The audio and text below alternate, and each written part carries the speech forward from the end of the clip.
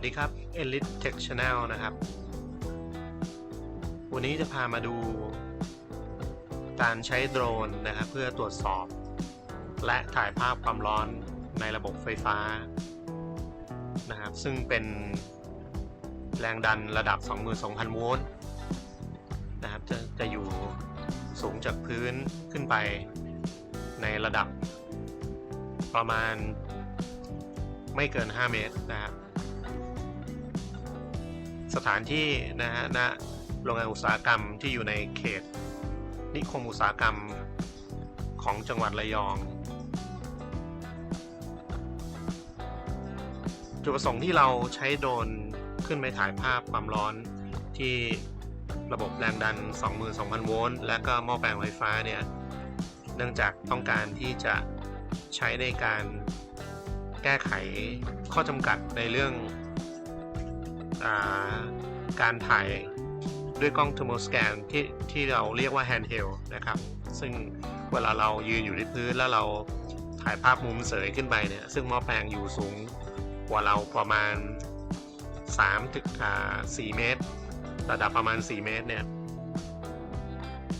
จะทำให้ได้ภาพที่จริงๆแล้วก็พอใช้ได้นะครับแต่ก็จะมีบางมุมที่เป็นมุมอับอยู่เพราะฉะนั้นการใช้โดรนเนี่ยบินสูงขึ้นไปกว่าตำแหน่งของอุปกรณ์แล้วถ่ายลงมาเนี่ยเราก็จะเห็นภาพทั้งหมดนะครับจะไม่มีภาพที่มันเป็นมุมอับสายตานะครับโอเคตอนนี้ในภาพเนี่ยผมได้ส่งโดรนขึ้นไปด้านบนเรียบร้อยแล้วนะครับเนื่องจากการบินตรวจสอบระบบไฟฟ้าตรงบริเวณอย่างในภาพที่เห็นเนี่ยก็จะเห็นว่าเราก็มีสิ่งที่อยู่ใกล้นะครับก็คือทางขวามือเป็นระบบไฟฟ้าทางซ้ายมือเป็นอาคารเพราะฉะนั้นก็ถือว่าเป็นที่ที่เราต้องบินด้วยความระมัดระวังเนื่องจากมันไม่ใช่ที่โล่งนะครับต้องระวังในเรื่องของการเข้าไปโดนสิ่งกีดขวางต่างๆนะครับเพราะเนื่องจากถ้าเกิดอุบัติเหตุขึ้นมาโดนล่วงมาเนี่ยก็เสียหายราคาอุปกรณ์ก็ไม่ใช่น้อยๆนะครับโดรนที่ใช้ตรวจสอบในวันนี้เนี่ยเป็นโดรนรุ่นMavic 2 Dual Enterprise นะครับซึ่งเขาเป็นรุ่นที่เรียกเลยว่าราคาก็สูงที่สุดในซีรีส์ของเขานะครับก็จะสูงกว่า Mavic 2 Zoom Mavic 2 Pro นะครับเนื่องจากตัวเขาเนี่ยเป็นรุ่นที่ติดกล้องถ่ายภาพความร้อนนะครับเพราะฉะนั้นราคาของเขาก็จะสูงที่สุดในซีรีส์ขณะที่ผมถ่ายอยู่เนี่ยนะครับก็ภาพ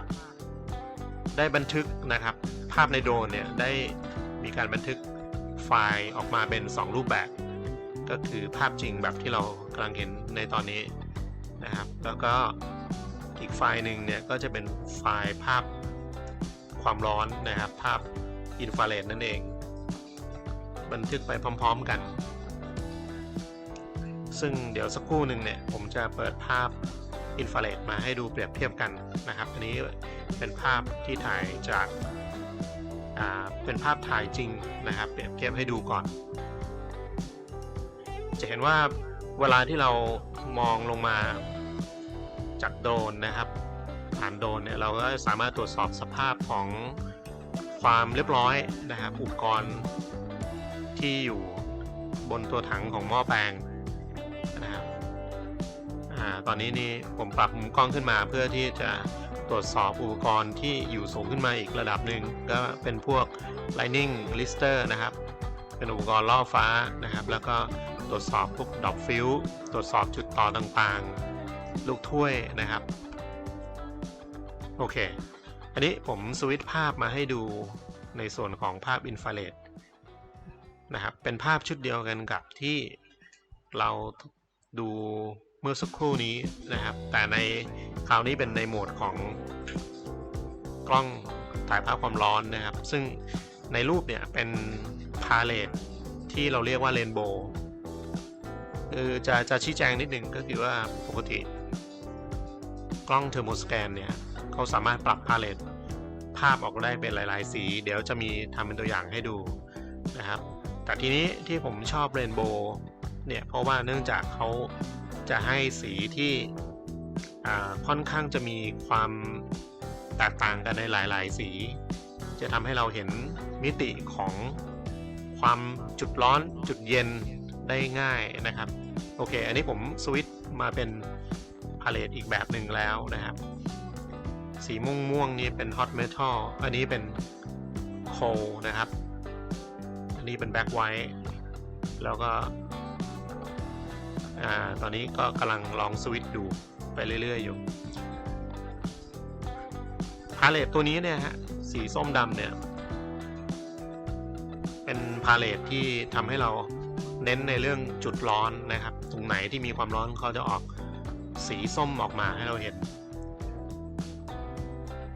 สิ่งที่สังเกตเห็นในภาพนะครับของหม้อแปลงทั้ง2ลูกคือลูกหนึ่งมีสีส้มนะครับชัดเจนอีกลูกหนึ่งเนี่ยจะมีสีออกเป็นสีเทาๆไปเลยนะครับซึ่งตัวเขาเนี่ยจะส้มจะมีสีส้มนิดเดียวเองนะครับถ้าเปรียบเทียบกับด้านหลังนะครับจะส้มเยอะกว่าอันนี้ผมก็ลองสวิตช์พาเลต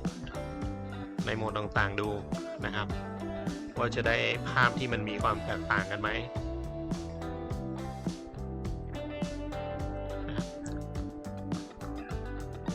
ภาพถ่ายความร้อนเนี่ยทำให้เราเห็นว่าหม้อแปลงลูกทางด้านซ้ายมือเมื่อสักครู่เนี่ยมีโหลดน้อยมากนะครับขณะเดียวกันความแตกต่างที่เห็นเลยก็คือหม้อแปลงลูกนี้เนี่ยถูกใช้งานหนักกว่านะครับแล้วก็อันนี้ก็ปรับมุมกล้องขึ้นไปเพื่อที่จะหาจุดร้อนตรงบริเวณ Drop Out Field จุดต่อของ Lightning Arrestor แล้วก็จุดต่อ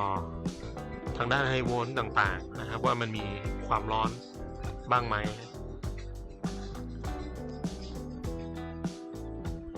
ก็สรุปนะครับการตรวจสอบในครั้งนี้เนี่ยโดยรวมเนี่ยไม่พบจุดร้อนที่เป็น critical นะครับเจอแต่จุดร้อนที่เป็นลักษณะของการใช้งานโดยทั่วๆไปนะครับไม่เป็นอันตรายต่อการใช้งานซึ่งสำหรับโรงงานลูกค้าที่นี่ก็ต้องขอบคุณเป็นอย่างมากนะครับที่ให้ความไว้วางใจทาง Enlit Technology เนี่ยดูแลระบบไฟฟ้ามายาวนานเรียกว่านับ10 ปีเลยนะฮะสำหรับ